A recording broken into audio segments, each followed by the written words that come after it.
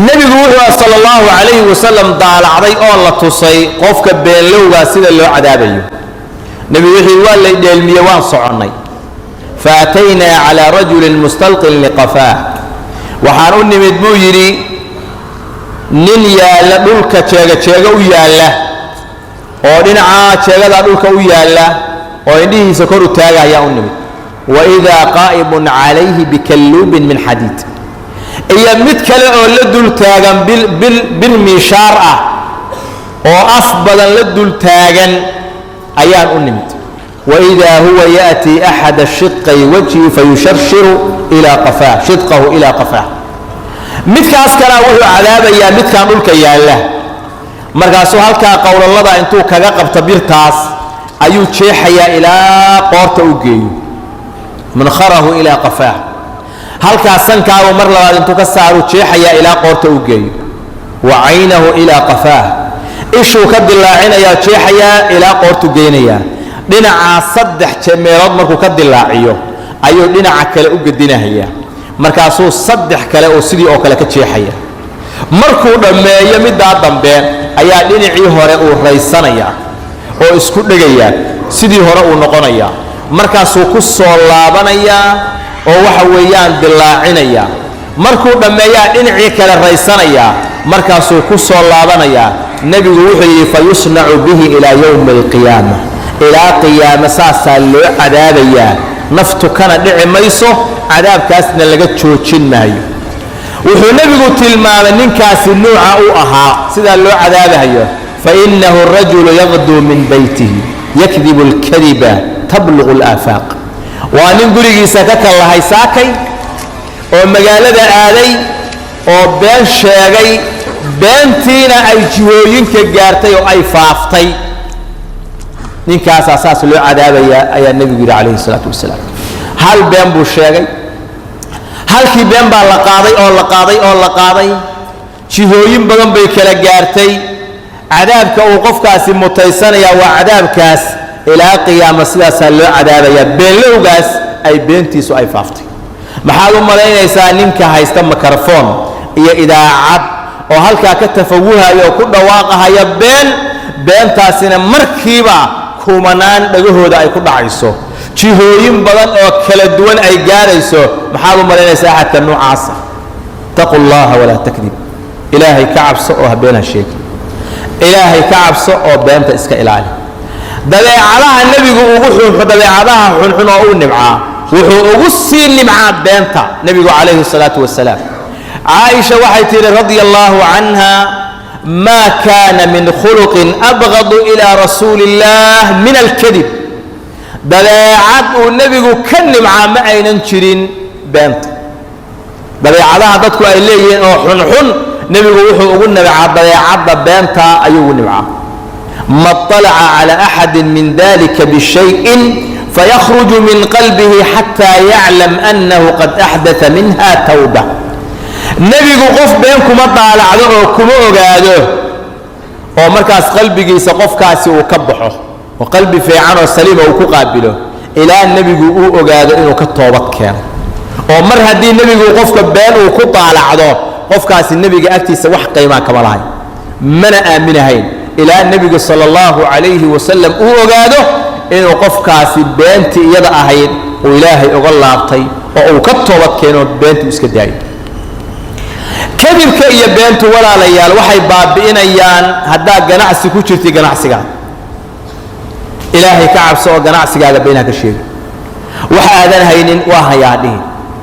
قيمة أين كفدين وكفديان هدين نبي وحي صلى الله عليه وآله وسلم صدح قولوا إلهي وسن إيجهين إلهي سبحانه وتعالى أن طهرهين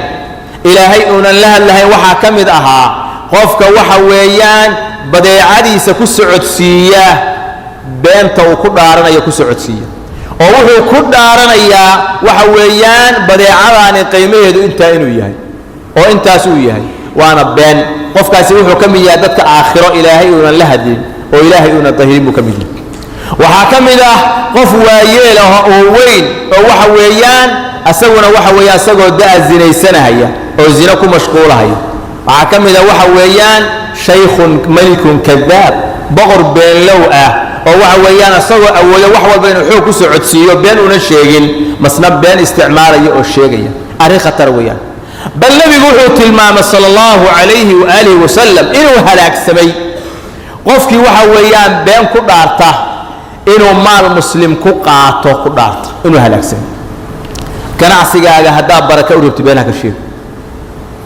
wax aadan haynin waa hayaa dhihin waxaan ceeb ay leeyihiin ha qarinin nabigu waa ka yiri sallallahu alayhi wasallam fa in katama wa kadaba muhiqat barakatu bay'ihima haday labada qof wax kala gadanaya qariyaan ceebta meesha ku jirta oo waxa weeyaan been ka sheegaan beecooda barakadiisi waa la baabi'inaya awlaadaada marka aad la joogtid been ha u sheegi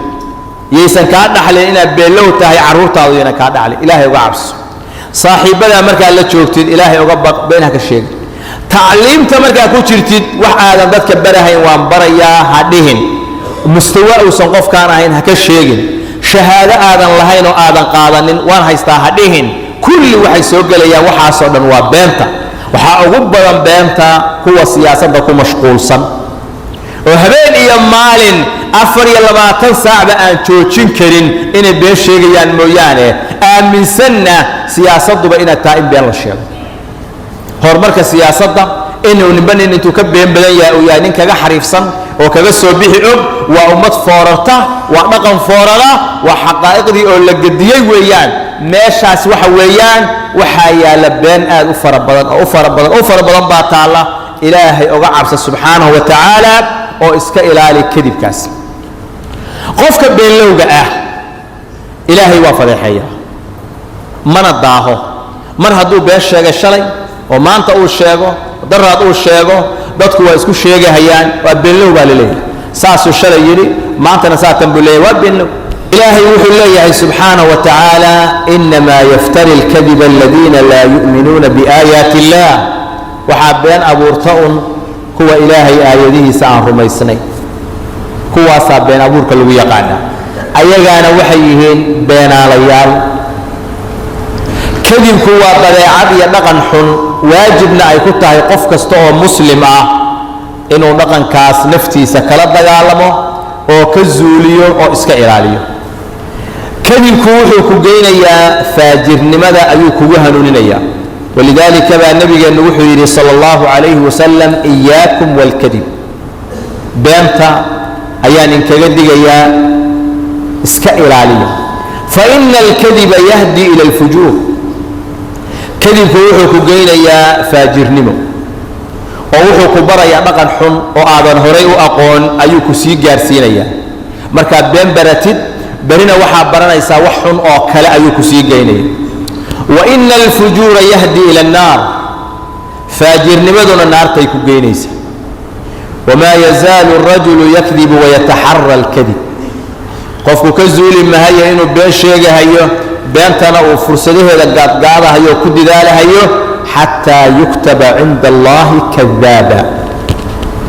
إلى إلهي أكتي سلقو قرى بين بلانا إن لقو ديوان أي دعته وقف كان بينت مركو عادة كدكتو كلابا وايو مركا الضمبقلك وحو قدعها يا كذابا إلهي أكتيس سلاسنا وحو كم متيسنا يا عذاب يا النار